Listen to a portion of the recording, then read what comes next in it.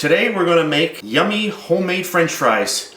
And first thing what we want to do is, I'm using red potatoes here. You can use any kind of potato you want. And you're going to want to start peeling all of these potatoes. So that's the first thing that we're going to do. So get yourself a potato peeler and have fun and start peeling your potatoes.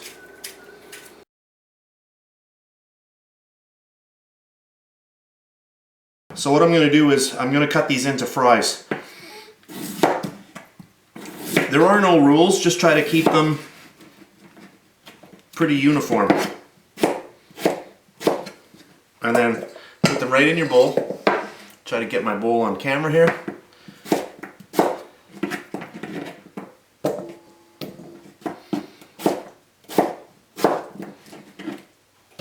Potatoes are full of starch, so I cannot stress enough how much you should rinse these before they go into the deep fryer. Otherwise they will stick. The other important thing too is you should dry them off with paper towel or just a regular dish towel that you have in your kitchen before they actually go into the fryer, because water and oil do not mix well. And you'll get little, you'll get spatter from the oil if the potatoes are too wet.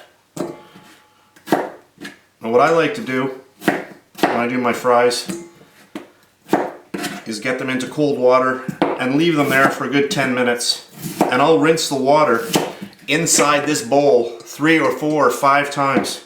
It's amazing how much starch just keeps coming out of the potatoes.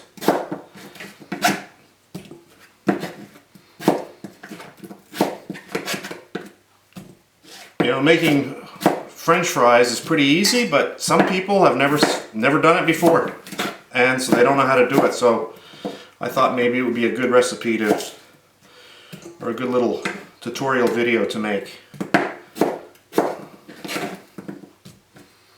There we go. So now I've got all of my fries cut, and what I'm going to do now is I'm going to take them to the sink and I'm going to rinse them with cold water, and I'm going to let them sit for about 10 minutes. Alright, so what you want to do is you want to get your potatoes and get them into a bowl and rinse them well. I don't know if the camera can pick this up, but you can see the starch coming to the surface. You'll know it's starch because the water becomes cloudy.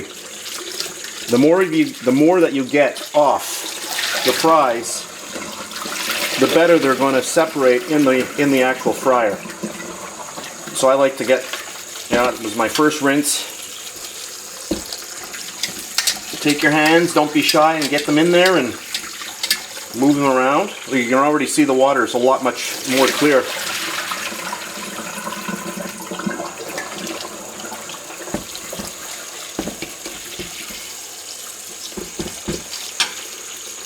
So that'll be my third rinse, and I'm just going to leave the fries in there for a good 10 minutes now, and then I'll empty it off, and then we're going to be ready to go to the fryer.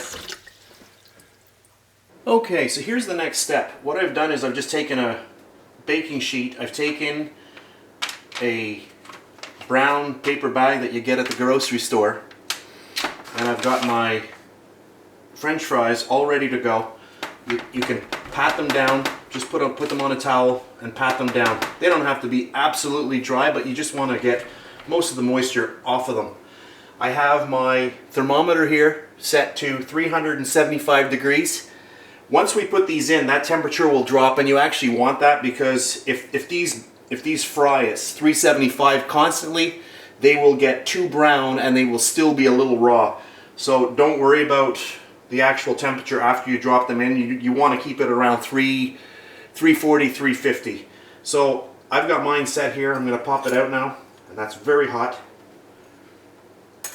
And then what I'm going to do is I'm going to place these gently into the oil. Now you can use a spatula, which is better than this, or you can do it by hand. You can take them and just gently drop them in a spatula is good, or if you have one of these other utensils, the spiders that they use in the restaurants, those are great to use as well. Be very careful. You want to keep an eye on your oil. You don't want it to go over. So if you see that it's starting to get a little bit, you know, too much at the top, just slow down on adding your potatoes.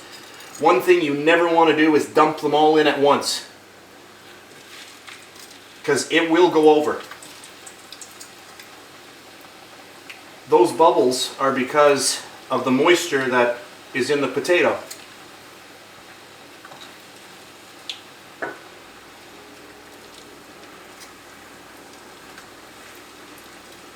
If you want to put more in at one time, what you can do is you can use a spatula, put 5 or 6 on it, drop it in, and then slowly pull it out, drop it in until the moisture has been eaten up by the heat of the oil. And then you're allowed, you know, then you could drop them in. Okay, we're back. And these French fries have been in now for 12 minutes. And I'll just show you what they look like. They're nice and golden brown. So I'll just back off the camera so you can see me putting them onto the brown paper bag so that we can drain them. Alright, so let's just get them onto the brown paper bag.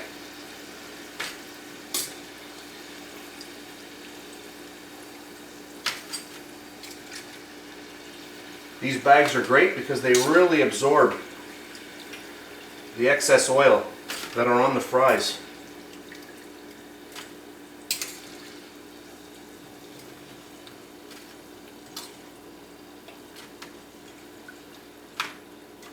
If you've never made homemade French fries before, you're in for a treat. They are really, really good. And what I like to do is I like to get my salt shaker and get some salt onto these right away. Getting the salt on now makes them stick better. And that's it. Golden, beautiful, yummy French fries. I wish we had smell-o-vision, because these things smell amazing and they taste even better than they look. I really want you to try this recipe. Try making French fries at home and let me know how they turned out. One great thing about making French fries is that you can reuse that oil. So after you've done your French fries for the night for you and your family or friends, let the oil cool and then put it into a container, and you can either put it in the fridge or put it in your pantry. Some people do that. It's up to you, and you can reuse that oil many times before it actually gets old. Anyway, there we go. Homemade French fries.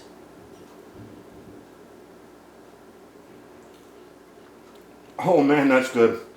I wish you could taste that. Till next time, bye for now.